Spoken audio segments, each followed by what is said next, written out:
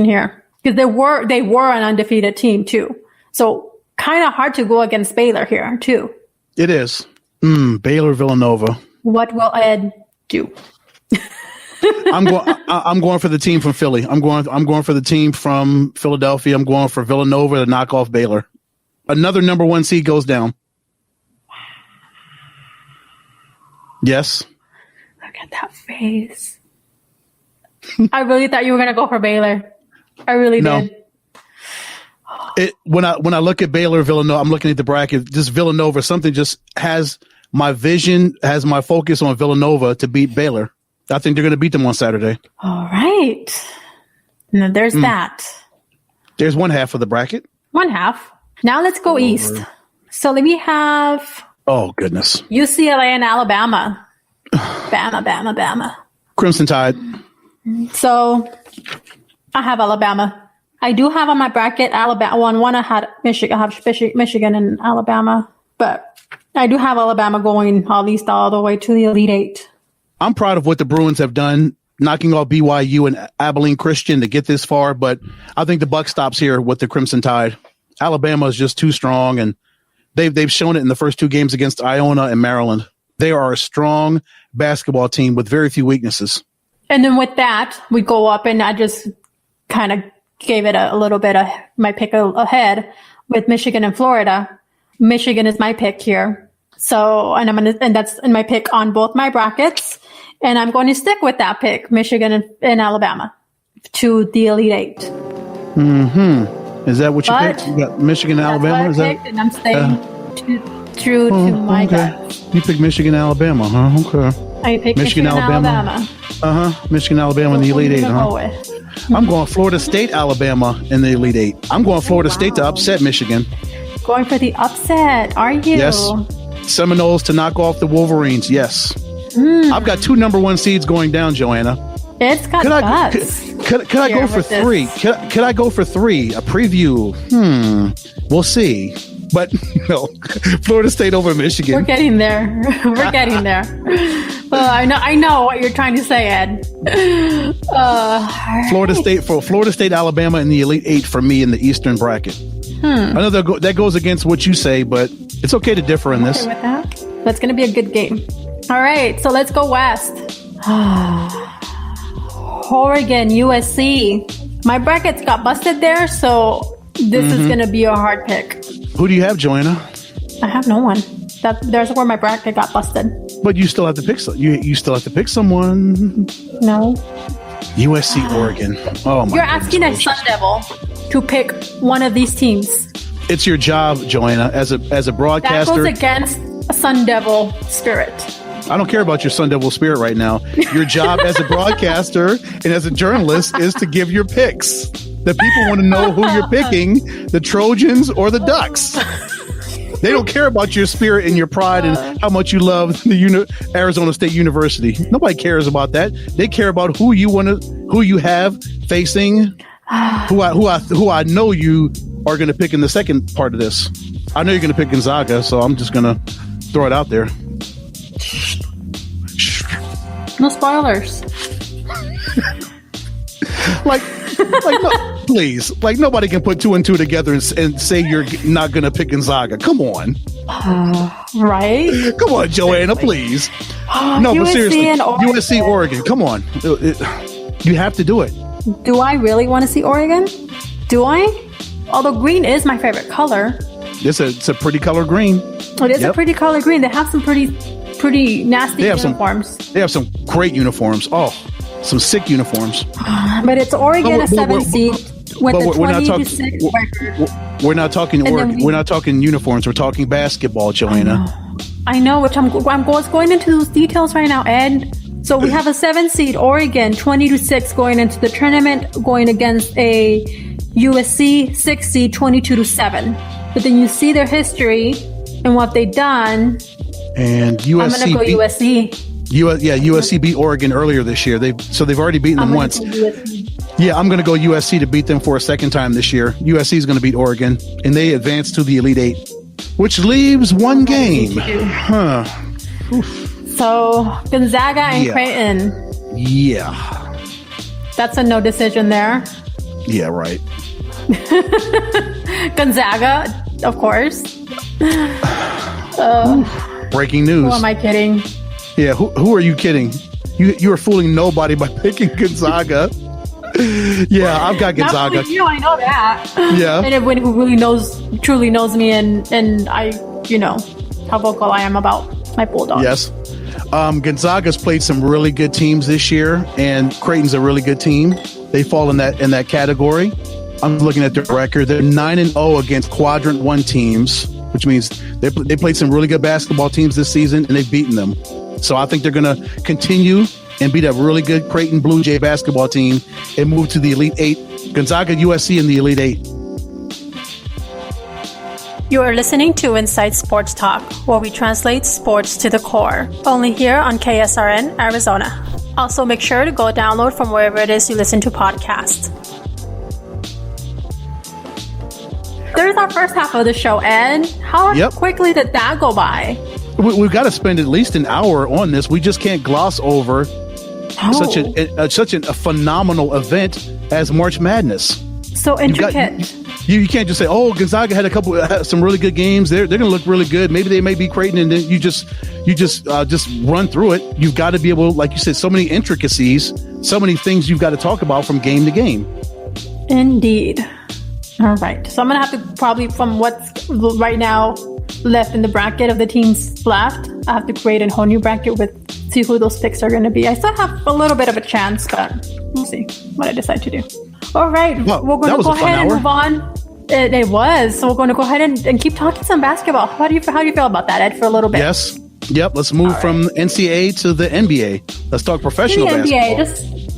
Just a little bit, because there's been some activity happening. We can put it that way, and having some injuries happening in the NBA. We have LeBron James who went down. We have KD who's out. We have Steph Curry who's also right now suffering from tailbone inflammation. And just players seem to be going down left and right, not playing or being out for the season. And you can name a few others here, Ed, but now LaMelo Ball just recently got hurt. He's out for the season. Looks like he's had surgery, so his season is over for the Charlotte Hornets. A big loss for them. Mm-hmm. Yes, and right now it's the pivotal time of the season as you go in, heading into the playoffs, going into the finals. So what is this going to do for all these teams who actually, we have the Lakers, we have the Nets, and the Nets, how amazing and phenomenal they've been playing. Then we've talked about them, we can keep talking about the Nets. But just at the point in time of where the season is and having these injuries, that what does this do, and what are their chances, and how does this affect the teams? At least in the case of the Brooklyn Nets, Kevin Durant's been out for a while. It seems like he's been out for weeks and weeks and weeks. It seems like it's been a long time, Joanna, since Kevin Durant is actually suited up for the Brooklyn Nets, but that's not seemed to slow them down. They're 29-14. They're out west on a Western road trip right now, on a 3-game road trip, but those are the liberties you can have when you've got James Harden, an MVP candidate. You've got Kyrie Irving, a fringe MVP candidate who's playing his butt off. You've got a guy, Jeff Green, and Bruce Brown, DeAndre Jordan. You've got so many other talented players on this basketball team. Oh, and then you add Blake Griffin on as well, who played well the other night in his first bit of action for the Brooklyn Nets. But when you've got that kind of talent and guys that you have that you can rely on, you can continue on and pick up as if nothing really happened, as if you really didn't miss KD. Well, of course, yes, you missed KD's arguably the best basketball player on earth outside of LeBron James. So they've got talent and they've got other players that they can make do until KD is ready to go. But in the case of the Lakers, they're struggling, and you saw it. You saw it last night against the New Orleans Pelicans. They got blasted by 17 against New Orleans without LeBron James. And then they lost to the Phoenix Suns on Sunday night here at Phoenix Suns Arena. They lost in their first game without LeBron. It was an unfortunate injury. And the Lakers are they're going to really miss LeBron James. Of course, they're already missing Anthony Davis. He's been out for it just seems like with Kevin Durant, it seems like it's been forever since Anthony Davis is suited up for the Los Angeles Lakers as he's dealing with his calf injury. And it's just like I watched a video earlier this afternoon from Stephen A. Smith. He's thinking something is a little bit deeper than what we know or what we even think about Anthony Davis and Kevin Durant. Something it's got to be something worse than what we're led to believe with these injuries. Or do you think they're just holding Brooklyn's holding KD and the Lakers are holding Anthony Davis as long as they can until hopefully playoff time and they're healthy and they're ready to go. As long as they're not in complete free fall mode, which those two teams aren't, they can afford to have AD out and KD out for LA and Brooklyn respectively. What do you think? For being out as long as they have been, it does lead me to believe there's probably a little bit something deeper in there. Because you haven't seen them all this time, it pretty much leads you to believe that you're not going to see them for the rest of the season. And if the team does make it to the playoffs, that's going to be a question mark. Okay, we don't know exactly what's there. It would be great that if that's exactly what they're doing and just, okay, we want you to be healthy, be 100%. Why get you back at 80% when you can go ahead and risk the injury, when we can have you wait a little bit longer, have you at 100% and us making the playoffs, and instead of you sitting out and missing on that opportunity. So you can be a little bit of both ways, but I think there's a little bit something more there with both of these players. It could, and they're both seasoned veterans. It's not like they need that much playing time to actually get ready for the playoffs because they're already playoff tested. Both of those men have been in the playoffs. They've been in the trenches. They've won championships. So it's not like they need a whole lot of regular season games to get in game shape and get ready for the playoffs. But it would be nice to see KD and Kyrie and James Harden actually play an extended amount of time together, Joanna, to build that chemistry, to continue to build on that as they roll to the playoffs. Because once they get in the playoffs, Milwaukee's playing really well. They're going to be a tough out. Mm-hmm. Philly of course, is leading the Eastern Conference. They're going to be a tough out. And you've got some other decent basketball teams in the Eastern Conference that if you don't put all your ducks in a row and you're not ready to go, you could potentially be knocked out.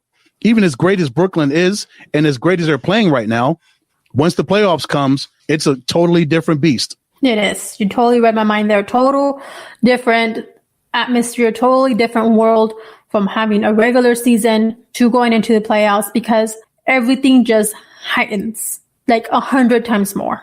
Like we see it time and time again over season after season. We saw that a little bit in the bubble last season as they went headed into the bubble and had the playoffs and so forth, the championship game, the finals, and going into this season and going into this season's playoffs and going into the finals, it's going to be, what we saw and what we've seen in the past be intense, this is going to intensify even more because now you are playing in your courts. Given COVID, you have fans back in the arenas, in the stands, and now it's going to be a little bit different, and they're gonna be out there fighting. Of course, yes, more than they have been before. You are so right. With a new element now with travel, there won't be a bubble this year. That we hope and pray that every team will be able to travel and teams will be able to host series and be able to travel to other cities, and the fan aspect will be there. So it'll be a whole lot different. It'll be a different feel, a different atmosphere around all these different arenas come playoff time. Yes. So I'm excited. This is the part of basketball that I do get excited a little bit more. I try to follow as closely as possible during the season, but sometimes it's hard to follow every single sport that there is as well. But playoffs, basketball, I'm really having, praying the Suns have a better outcome than they did. Oh my gosh, I cannot speak. Than last year, last season, and make it a little further. Well, they surely look strong. Again, they beat the Lakers on Sunday night minus LeBron. And last night they beat the Miami Heat 110-100. Tonight they're playing the Orlando Magic. But they started off the road trip really strong, Joanna, going to American Airlines Arena, going all the way to Miami and knocking off the Eastern Conference champions. That's a really good win to start the road trip for the Suns. Devin Booker had 23. Chris Paul had 9 assists. DeAndre Ayton had a double-double, 17 and 16 last night. And Mikal Bridges plays just Mikal Bridges basketball. 12 points. Jay Crowder had 13. Torrey Craig, his second game with the Suns, he had 10 points. So contributions from everybody last night in Miami to get that victory and start that road trip off strong. Wow. Just wow. They're 29-13.